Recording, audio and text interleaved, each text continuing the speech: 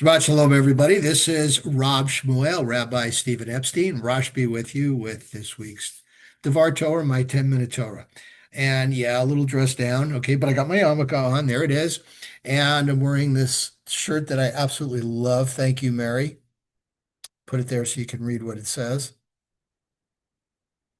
So, so Southern California has not exactly been so sunny. You know, they say it never rains in California, right? Remember that song from the 70s? Well, when it does, it pours, and it has poured quite a lot the last few days. Not sure if we're over it, but hopefully, we've done our share of replenishing water, and we're good to go.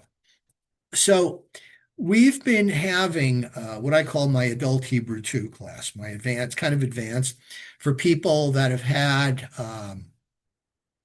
a course in the Hebrew letters.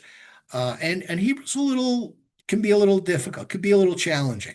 First of all, the alphabet, okay, alphabet comes from the Greek letters alpha, which is our A, and bet, which is our B. That's why we call it the ABCs. Alphabet, Aleph, Bet. And it goes from right to left. And a lot of you have heard the story, what is Hebrew and Arabic and some of the other Semitic languages, the ancient languages, go from right to left instead of our modern Western languages that go from left to right. Well, how did they write way back when? They didn't have paper. Papyrus came out later, but they would chisel letters into walls. So, figure it out. If you're right-handed, you have a hammer here, you have a chisel here, you're going this way, right? If you're going to go this way, look at what you're doing. You're going to hit your thumb, or you got to do it left-handed. And since we're not as dexterous as with our other side as we are with the right side, which is our main side, it can be a little challenging. So that's why they did it that way.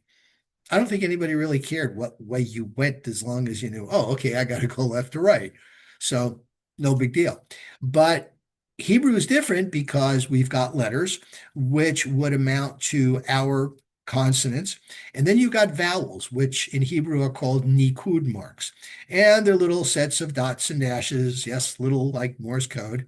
And they tell you how to enunciate, how to make the sound or the vowel that is part of that letter. Now, of course, in modern alphabets, it's all together in our system of letters.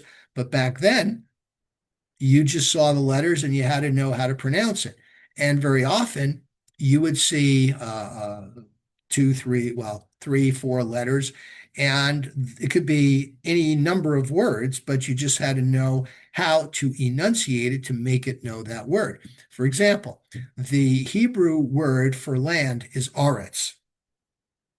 The Hebrew word for land of is eretz. By changing the sound of the first syllable, you change actually what you're referring to. So if I'd said, Aretz, land, but if you said the land of Canaan, Eretz Canaan, land of Egypt, Eretz Mitzrayim.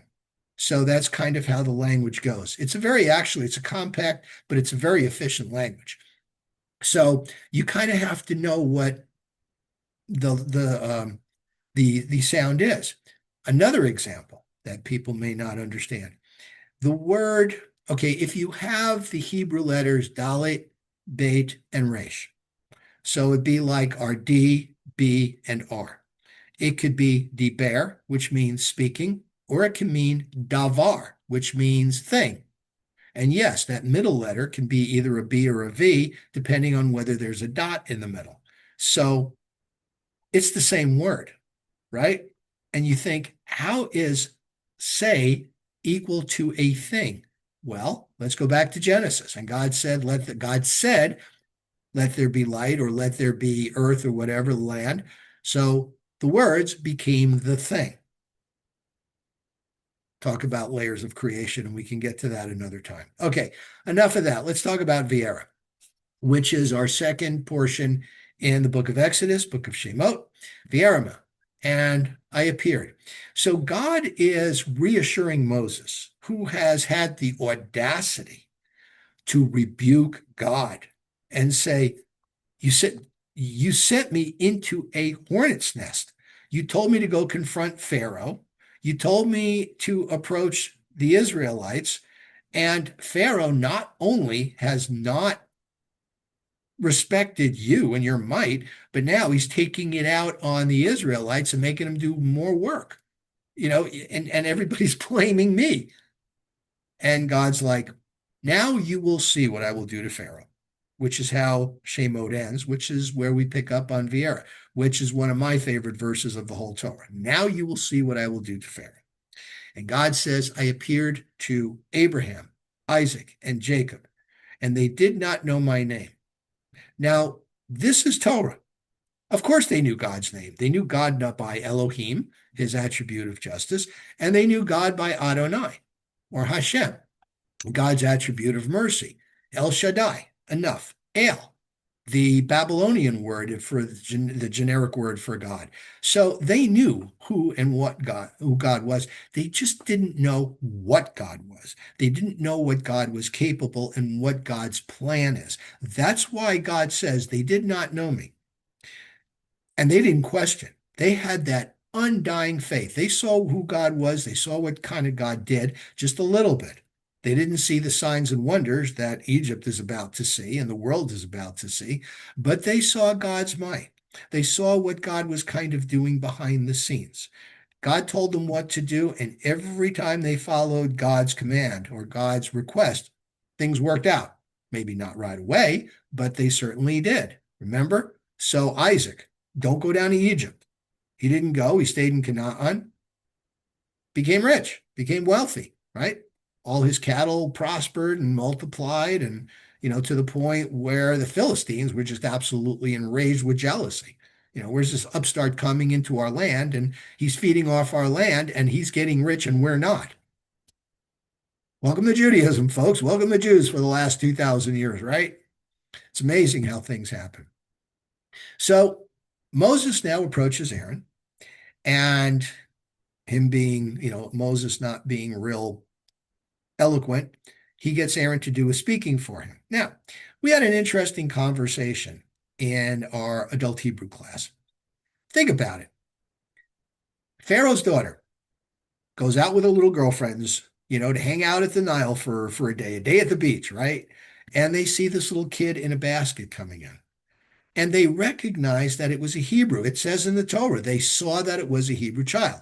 Now, if you've seen the movie, The Ten Commandments, the baby Moses is wearing kind of a garb, has a little blanket. That was an Israelite or a Levite blanket. They recognize this. Okay, so it doesn't really say in the Torah how, but they saw that it was. So, of course, in the movie, they had to give you a frame of reference. So they said, Hebrew blanket. There it is. So she takes the kid in, and there's Miriam, Moses' older sister, who is now about 6 years old, is watching from a distance. And she approaches Pharaoh's daughter and says, oh, yes, well, I'm a Hebrew, and I will get a Hebrew woman, i.e. Moses' real mother, to wean him, and then he'll give him back to you. And it begs the obvious question. Here's Pharaoh, her dad, saying, kill all the Hebrew kids. And here's his daughter coming in and say, oh, Dad, I found this kid. I'm going to keep him.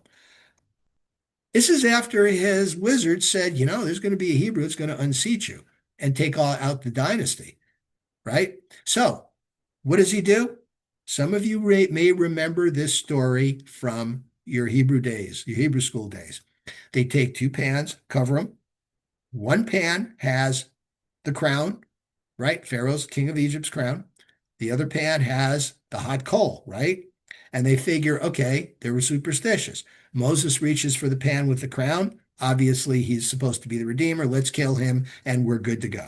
Okay? And Moses was starting to reach for it. Instead, an angel comes down, smacks his hand, so he reaches for the pan with the hot coal, burns his hand, puts it in his mouth to cool it, and messes up his mouth, messes up his tongue, gives him a lifelong speech impediment. Eases Pharaoh's mind and creates a speech impediment all at the same time. This is a midrash. Remember, folks, the midrash is a little folklore that explain things that the rabbis remember or have heard or were told, whatever, that explains a lot of things in the Torah that, we have questions of, like this. Okay. So God now, Moses comes back. Moses got some cred. He's got some clout. He grew up in Egyptian royalty. He only left because he murdered an Egyptian taskmaster and he fled for his life. But now he's coming back to redeem his people, the Hebrews.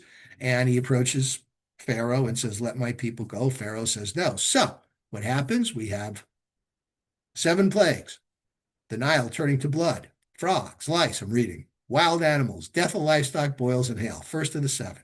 Okay. And does Pharaoh relent? Nope. Pharaoh hardens his own heart. And then at the last few plagues, God says, "Okay, this is what you want to do. I'll give it to you. I'll harden your heart for you." And that's where we leave off. Shabbat shalom. Thanks for listening.